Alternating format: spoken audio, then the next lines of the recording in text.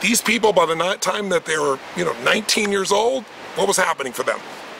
1929, it was the Great Depression. So just as they come of age, 19, 20 years old, when you think you'd be going out and getting your first car and it's the roaring 20s, instead for them, it seemed like the end. Those people made it through that depression to make it to 39 years old, and in 1939, what happened? World War II. Now the whole world looked like it was upside down. These people went through 20 years of winter. Winter is tough times. Winter is when the pattern is more difficult than it is easy. Winter is what makes our spirit and our soul have to get stronger than it's ever been before. So we've got an economic winter that we're a part of. Some winter days are sunny and bright. They're not all stormy and dark. There's going to be good days and tough days ahead, but there'll probably be more tough days overall than they're going to be easy days. Instead of saying, I wish it would be better, let's wish that we were stronger. Let's not wish, let's make ourselves stronger. So my message to you is really simple.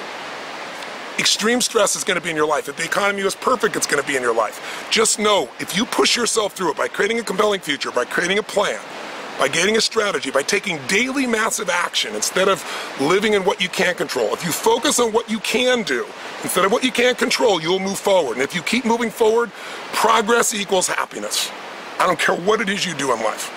If you're massively overweight, but you get up and you start walking each day, and then maybe a little jog, or you start to lift some weights, and you do it each day, even though you may not be to the goal you want yet, progress makes us feel alive. We all need to grow to feel alive. And, everybody wants to grow, nobody wants to change, right? So it's a chance for us in crisis to make changes. It's a chance for us to grow. It's a chance for us to expand. And if you're mentally and emotionally strong, if you develop what I call emotional strength or emotional fitness, then when everybody else is freaking out, you'll thrive. And when everyone else is freaking out, if you care, you can help them, because you won't be talking a good game, you'll be living it. So I'm crazy passionate. This is kind of just going on a rant with you because I've talked to so many people who are so concerned right now, and yet here I stand with people this week from 11 different countries who were in the same place in 2008, and here we are a few years later, and they're the best shape of their life and their businesses and their personal lives. And it's been that breakthrough mentally of saying, I am not defined by this moment.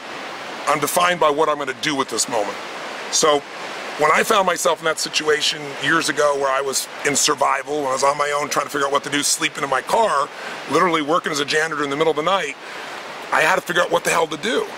And I don't know what will be your challenge or your trigger for you. I mean, I know that in my life, it wasn't just that time in my life. I had the same experience when, I've had my home burned down, obviously, and lose everything.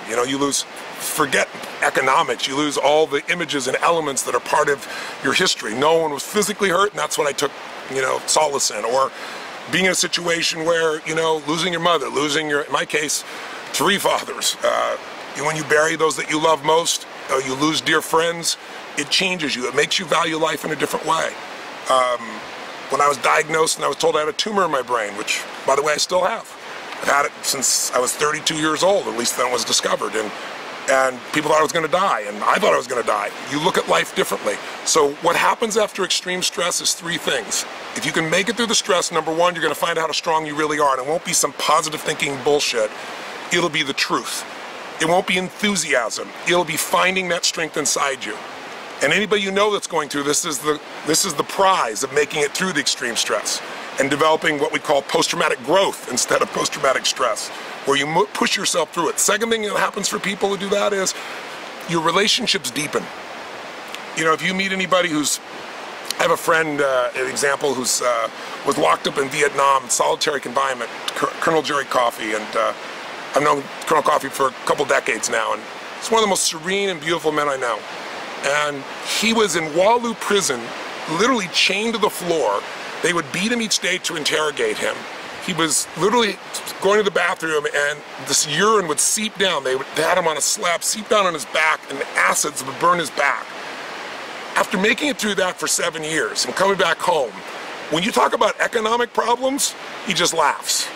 Another gentleman that I met recently who listened to my tapes years ago, and he shared it with me when he got back. You may have heard about these people that the FARC in South America had taken over and imprisoned for a few years. And this man was down there in chains. And he'd listened to my program before he went down there. And it was just ironic. He shared the story with me. It was very touching. And he listened to the program, and he listened to the program, and he listened with his young boy. He was on television, and he was going through a tough economic time. He'd gone through a divorce. And so he got my audio programs and he listened to it over and over and over again. And he told me that he was down there in FARC. He was one of the guys that got liberated by that surprise turnaround where they pretended they were taking these hostages, back to another FARC area on helicopters. You may have seen it a few years ago. He said while he was there every day, he envisioned creating a compelling future, and he envisioned and used the tools that I taught him in that program. And he said, today, when 2008-9 happened, he had economic challenges. He said he sees people in his neighborhood that, they're able to rent a home and they got a car they can drive. He goes, you know what? Try being chained every moment of your life, including when you're going to the bathroom, not knowing if you're going to live or die each day. So when you make it through that, what he said is it deepened his relationship with his kids, it deepened his relationship with his creator. The real relationships in your life deepen. The ones that aren't real go away. When you're in trouble, when I was in trouble, everybody, when you're doing well, everybody's your friend. When you're in a tough time, you find out who your real friends are, who your real family are, your selected family. The third thing that happens when we make it through extreme stress is you really develop almost, it's almost like a vaccine to anything that's going to happen in the future. You talk to Jerry Coffey, you talk to this man, in my own life, once somebody tells you you're going to die, you've gone through that several times, but they just don't have the same impact. I'm sure if you look at your life, you've been through some crises before this, some crisis or crises, series of them, that something pulled you through. And what pulled you through was not somebody coming probably and helping you escape as much as it was some belief system inside yourself that says, I'm more than this moment, there is a future, I will find the way.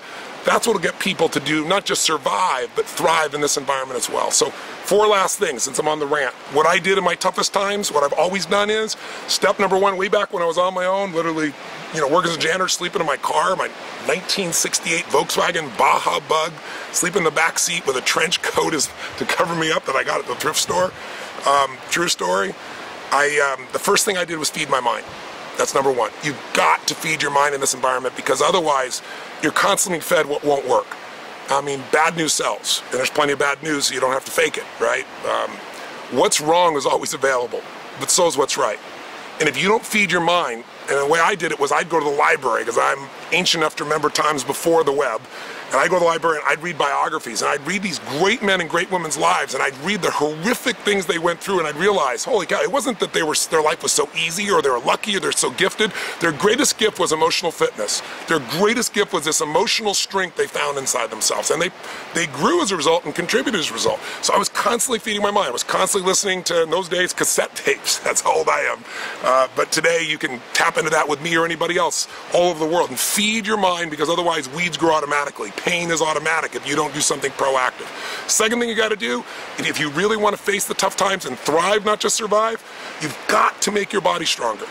Because the body and the mind are connected. Fear is visceral. And when you do something explosive with your body, if you go for a sprint or a run, you haven't done it for years, or you go work out with weights and you push through that difficult time, just physically, that physical pump of that blood going through your body gives you that sense of strength and power and will. The mind and body can't be separated. And then thirdly, you got to find a role model and get a plan. And a role model just means throughout my life, all of my books, all of my audio programs are not because I'm so smart. It's either something I screwed up on and I figured it out, and then I teach people what I did to turn it around, or it's me saying who's been really successful in this area, their body, their mind, their business, their personal life, and they turn it around and they've kept success. What did they do? Because success leaves clues. So you got to have a role model who's made it so you see it's real. And right now in the economy we're in right now, there's so many people that are doing well, but you don't see those people obviously. And so many people aren't, and it's ironic as a society, what do? We take people that are addicted to drugs and we put them together in a drug rehab where they have no real models of people that live outside of that. We take people that are in terrible financial condition and we put them together with other people in terrible financial condition and wonder why they don't get better. You become who you spend time with, who you surround yourself with. So in my most difficult time, I sought out those role models. I put myself in environments. I put myself in seminars when literally I was sleeping in my car and I was trying to figure out my first portion of Rent. I went to an event. I went to Jim Rohn's seminar, the very first seminar many of you know that got me started in shifting the mental breakthroughs that changed it all. So feed and strengthen your mind. Feed and strengthen your body. Every day something. Find a role model and get a plan. And then fourthly, help somebody who's worse off than you are. No matter how bad it is, somebody else is worse off, and when you can help somebody else, it just puts perspective in your life. That's what I've always done.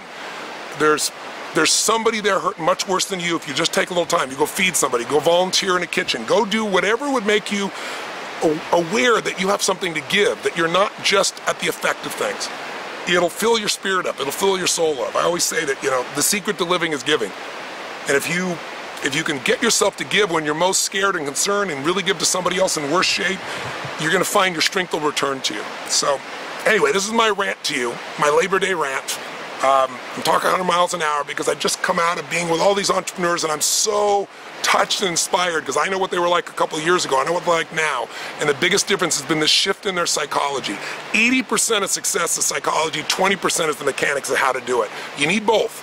But if you make a shift in your psychology, if you get that emotional fitness, if you'll create a compelling future, your life will change. Or maybe yours is perfect, but I bet it could always go to another level.